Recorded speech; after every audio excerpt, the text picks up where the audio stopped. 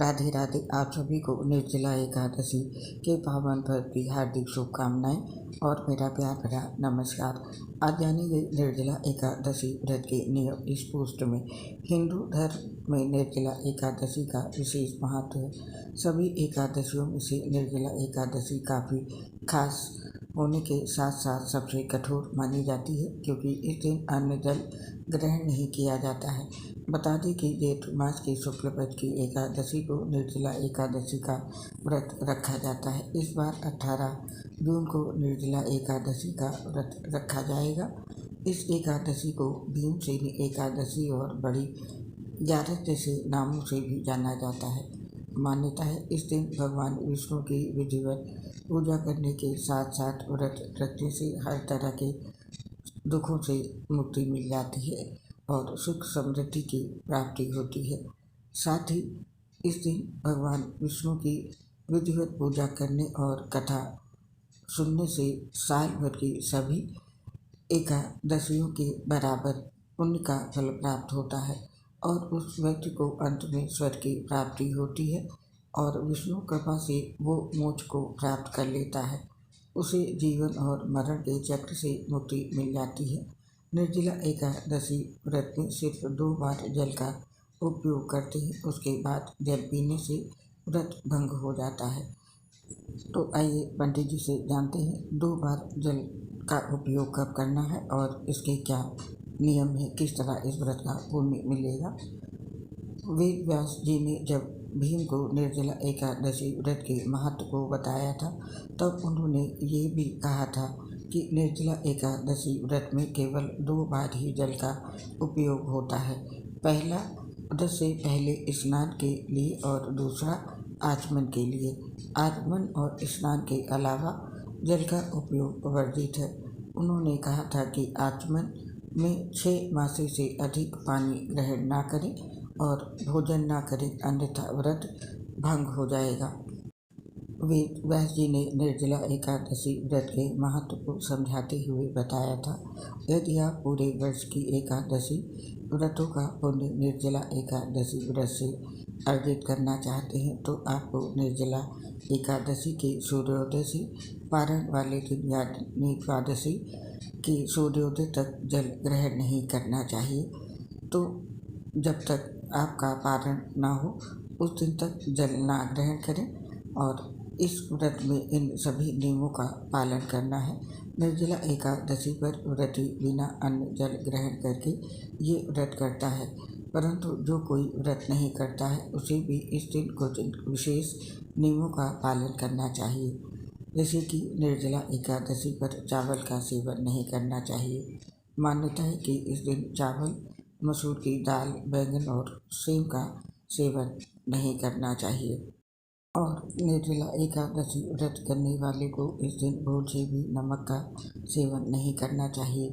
यदि बहुत आवश्यक हो तो सीधा नमक खा सकते हैं और जो कोई व्रत नहीं रख रहा है तो आज के दिन उसे भी सात्विक भोजन ग्रहण करना चाहिए।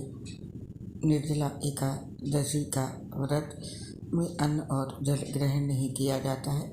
इस व्रत में जल का त्याग किया जाता है और व्रत का पारण करने के बाद ही जल का सेवन करते हैं। हालांकि बीमार होने पर पानी पी सकते हैं और इसके साथ ही निर्जला एकादशी के दिन देर तक सोना नहीं चाहिए और व्रती को दिन में नहीं सोना चाहिए। ऐसा करने से व्रती को व्रत का वास्तविक फल प्राप्त नहीं होता है। रात्रि में बेड या पलंग पर सोने की बजाय जमीन पर बिस्तर लगाना चाहिए और जमीन पर बिस्तर लगाकर ही सोना चाहिए।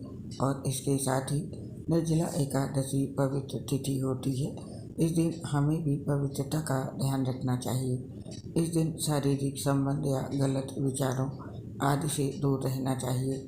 इस दिन ब्रह्मचर्य का पालन करना चाहिए और जगत के पालनहार विष्णु जी का स्मरण करना चाहिए। इसके साथ ही गर्भवती महिलाओं को निर्जला व्रत नहीं रखना चाहिए।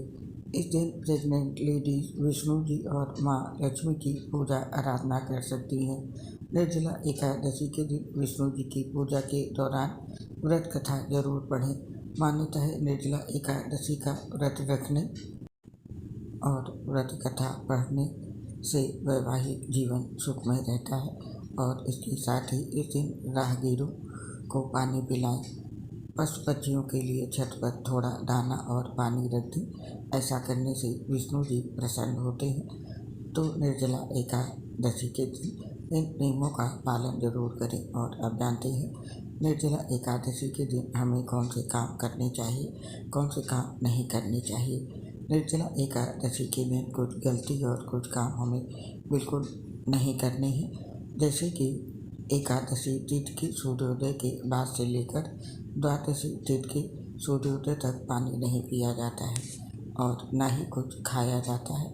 इसके साथ ही एकादशी के दिन घर में चावल नहीं बनाना चाहिए और न ही चावल का सेवन घर में किसी को भी करना चाहिए। और इस दिन गलती से भी तुलसी के पत्ते नहीं तोड़ने चाहिए। और निर्जला एकादशी के दिन शारीरिक संबंध बनाना वर्जित माना जाता है। इसके साथ ही इस दिन प्याज, लहसुन या मांस मदिरा का सेवन नहीं करना चाहिए।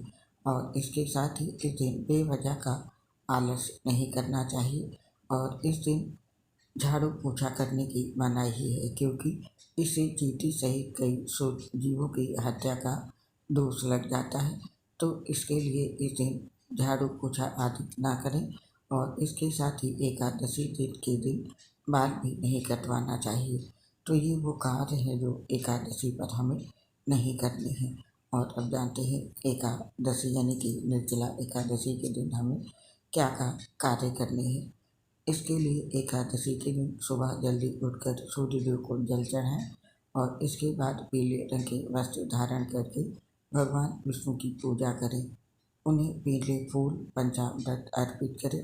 और इसके साथ इस दिन एक घूंट भी जल का सेवन नहीं करना होता है। इस दिन जल और जल से भरे पात्र का दान करना बेहद शुभ माना जाता है।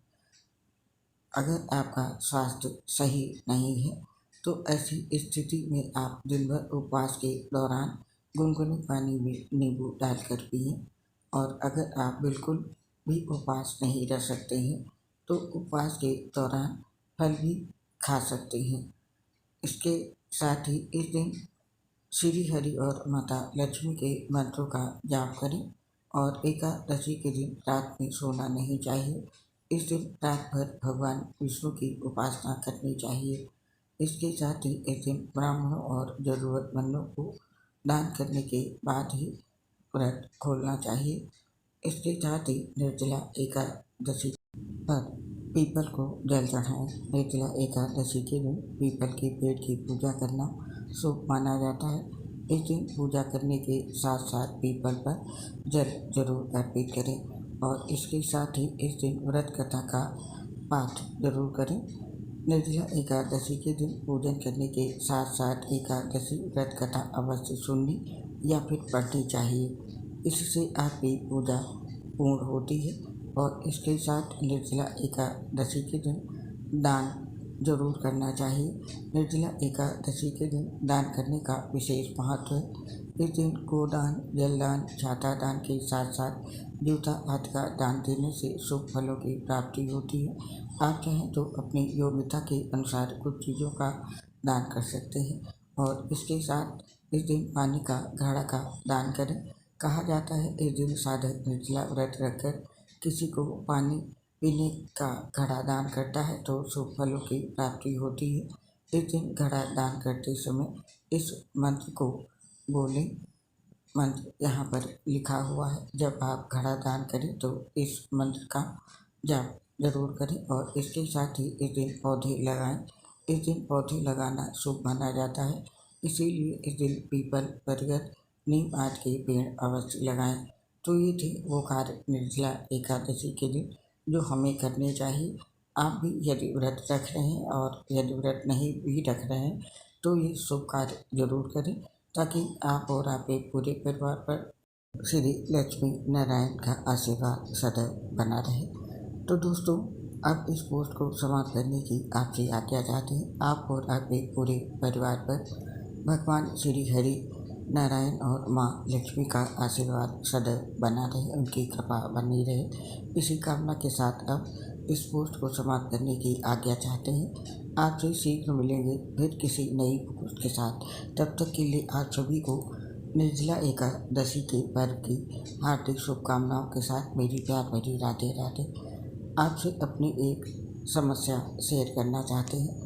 दोस्तों, हम लीवर सोसिस से गंभीर बीमारियों से ग्रसित हैं, जिसकी वजह से पोस्ट बनाते समय काफ़ी परेशानी होती है। सांस फूलने की वजह से आवाज़ भी ठीक से नहीं आती है। इसके लिए साथियों हमें क्षमा करें और अपना सहयोग हमारे साथ बनाए रखें। उम्मीद करती हूँ हमारी समस्या को समझते हुए आप सभी साथी हमारा सहयोग ज़रूर करेंगे। इसके लिए आप सभी साथियों का हृदय से बहुत बहुत धन्यवाद। जय श्री राधे कृष्ण। राधे राधे।